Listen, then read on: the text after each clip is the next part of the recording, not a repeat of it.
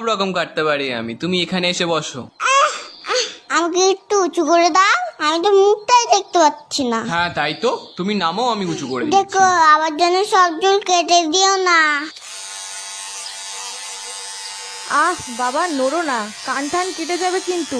ও দাদা, একেবারে মুড়ো করে কেটে দেবেন। হ্যাঁ হ্যাঁ, বুঝেছি বুঝেছি।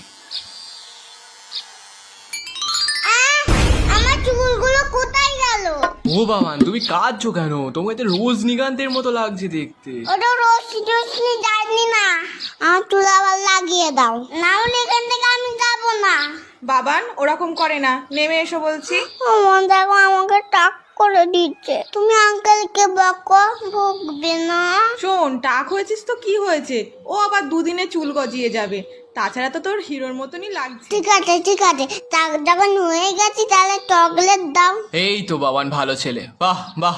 তুমি চুপ করো, তোমার দেখুন আর কখনো চুল কাটতে আসে না।